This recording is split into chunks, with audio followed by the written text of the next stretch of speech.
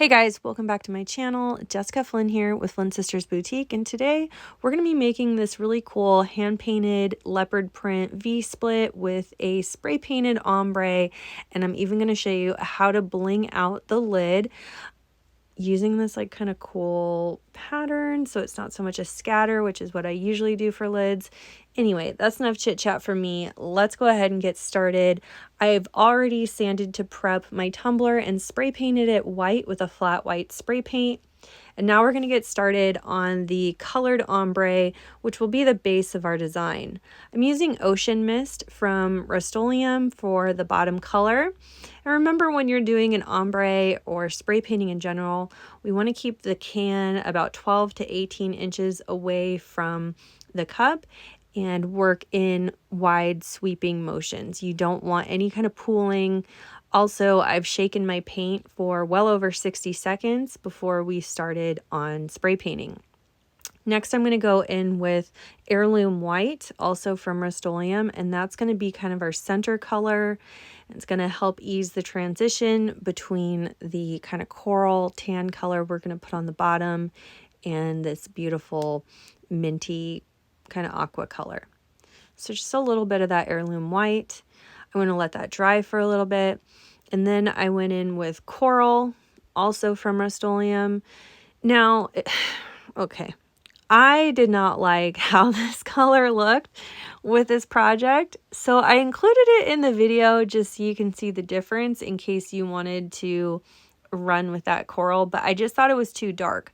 So after the coral dried, I did go over the coral section with Rustic Pink, also from Rustoleum. I'm going to show you that here in a second.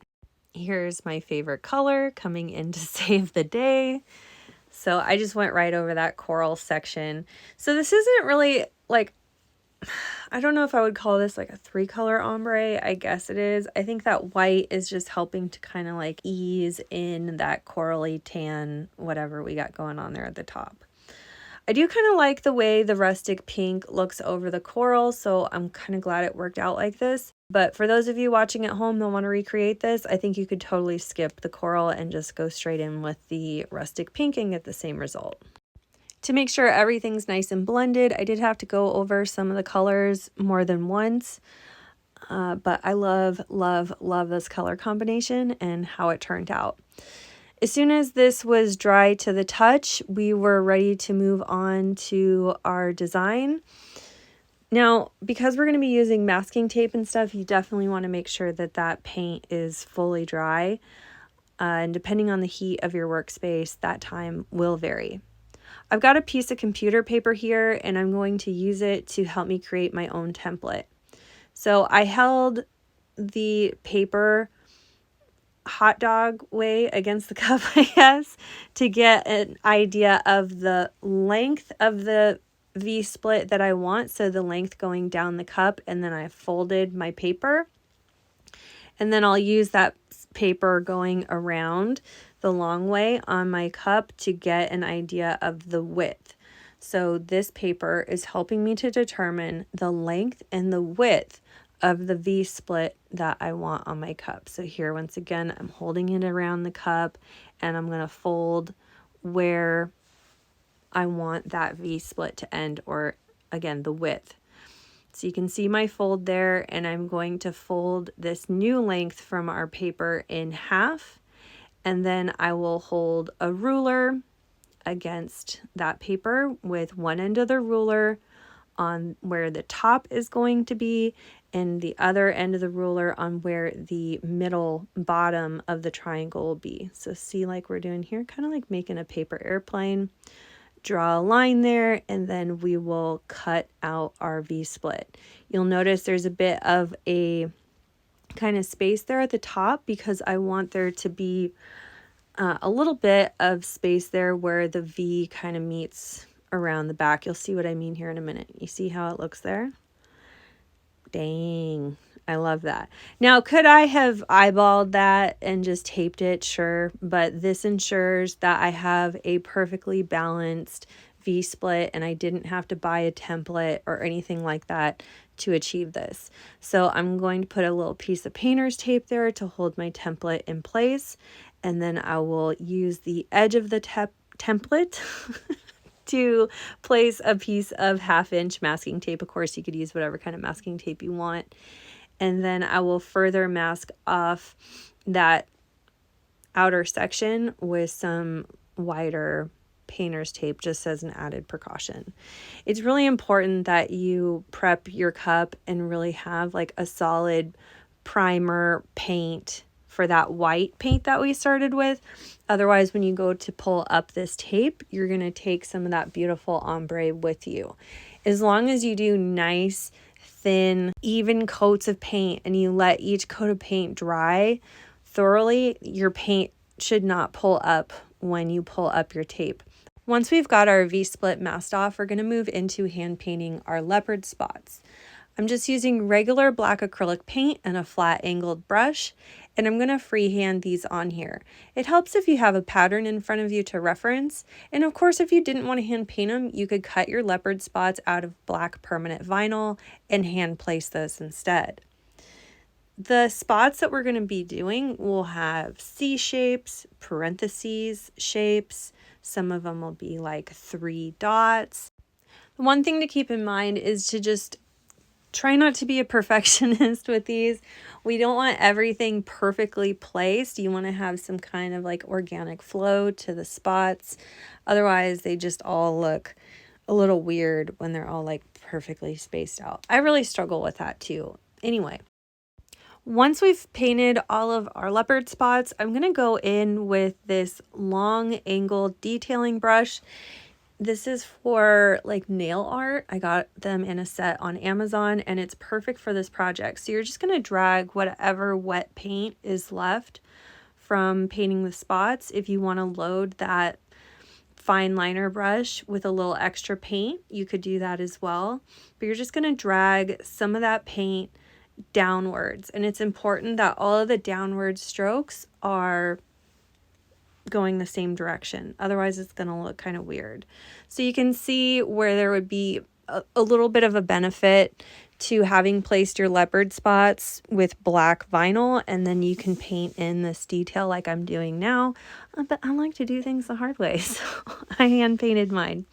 Once you have all those little fine lines going in the top direction, you want to repeat that process for the fine lines going down in the bottom direction. So it almost looks like you have this brush stroke leopard print going on, if that makes sense, or like a furry leopard print. I don't know. I think it's really cool.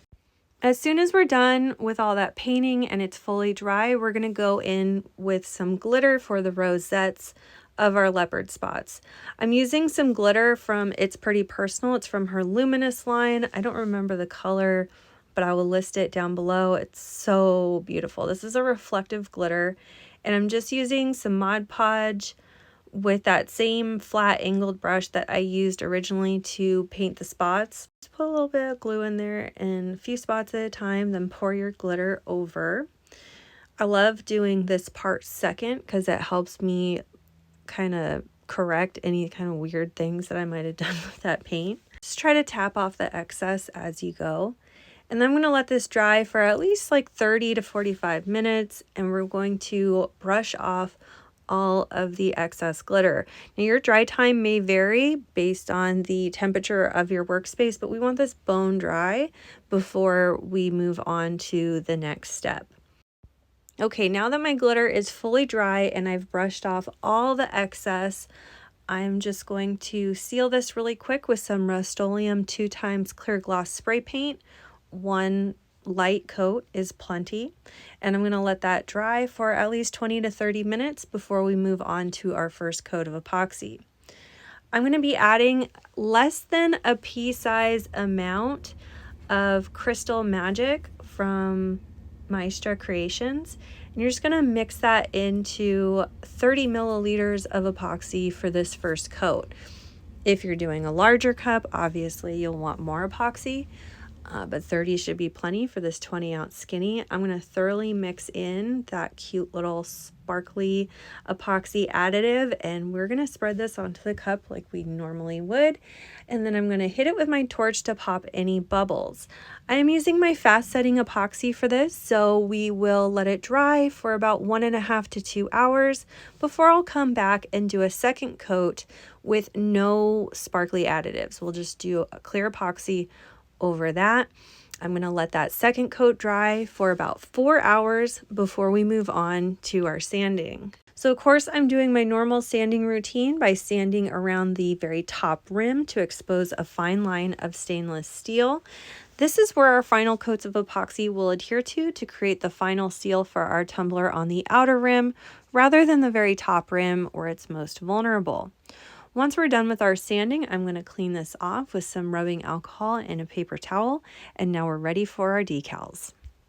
To line out our V-split, I've cut some black permanent vinyl with my Cricut. In Cricut Design Space, I just selected the Shapes feature and sized a square at 11.5 inches wide by 0.25 inches tall.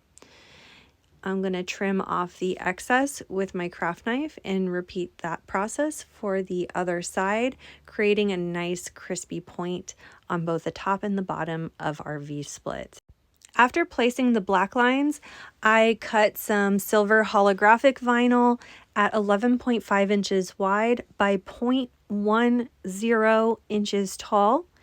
And I'm placing that in the center of my black lines, again, trimming the excess with my craft knife to create nice crispy points. Once we've got the V-split lined out, I'm going to apply my queen decal, which I cut using my Cricut with black permanent vinyl. With this file, you do want to add a 0.07 offset around the decal. If you're using Cricut Design Space, that's super easy to do with the offset feature. The reason you want to create that offset and use the offset layer is because the original file for this one is super thin and it's really hard to cut at this size with vinyl without it messing up. All right, and once I've got this decal on my cup, I am just measuring twice, so I only have to cut once, and I'm using the hinge method like I normally would to apply this decal. I've used this decal a couple times before, and it is one of my classic favorites. After we got our decals done, we are ready to move on to our final coats of epoxy. Of course, this cup took 2 final coats before it was totally done. I always like to final coat my tumblers with our Artist Cure formula to ensure they stay bright and beautiful for a very long time. Once we were done with our cup, I moved on to decorating our lid. This is the screw top lid tumbler from Craft Haven. And before we bling it, I have to prep it. So I'm just using a 120 grit sanding block to sand all of the stainless steel sections of our lid. You do not want to sand the plastic. After I got done sanding, you're going to clean it up with some rubbing alcohol and a paper towel. And now we're ready to start blinging. I placed a line of liquid fusion glue around that outer rim with my 18 gauge syringe needle. And I'm placing SS30s in the color Lucky. This is my Lucky Scatter Mix from Flynn Sisters Supply Shop. And I'm just picking out all the SS30s to go all the way around the outer rim of that lid. Once those are all placed and lined up, I'm going to apply small dots of glue in between the top and the bottom kind of ridges of those SS30s. And I'm going to apply little SS6s to flank the top and bottom of those larger stones. So almost like a single layer premium grid. And I think it makes such a beautiful finish for the outer rim of these screw top lids. So once we're done with that outer rim, it should look something like this. I'm going to let that fully dry before we move into filling the top. You'll notice there are ridges along this top of the lid. So I'm going to place a fine line of glue a couple inches around that outer ridge and start by laying SS10s along that small section. I'm going to use SS10s because that's what's going to fit flat and fill that first outer ring. Once that's done, I'm going to move on to the next inner ring ridge. I hope that makes sense. And for that one, I used SS12s. Again, working in kind of smaller sections and placing a fine line of glue with my syringe. And we're just going to place those SS12s. Once we've got that ring all placed and lined up nicely, we're going to place another line of glue on the very inner ridge line there. And for that inner ring, I'm using SS12s. Now, depending on the design of your lid, you may need to use different sizing. But you guys, I just want to show you that we're just pulling from a scatter mix of stones here, and we get plenty of all of those size variations to complete this design for our lid. Now for the next ring around, I'm using SS20s, placing them in a nice clean fashion all the way around, making sure they're nice and straight and nestled up against that last inner ring ridge. Once those are all straight and lined up, I'm going to go in with SS16s, which is the next step down in this mix. Same thing, add a nice line of glue and place that between each of the SS20s. For the next ring around, I'm using SS12s, and those are going to nestle nicely between all of those SS16s. The SS12s will be just slightly more spaced out than the SS16s, but it's just such a minute amount, you're not going to really notice it. Once I completed the SS12s, I went in with SS10s and lined out the straw hole. The reason that I started on the straw hole instead of just doing another ring around in a different size is because I wanted to see how much space I had between where I left off and where I would finish, and I knew I needed smaller stones around that straw hole anyway.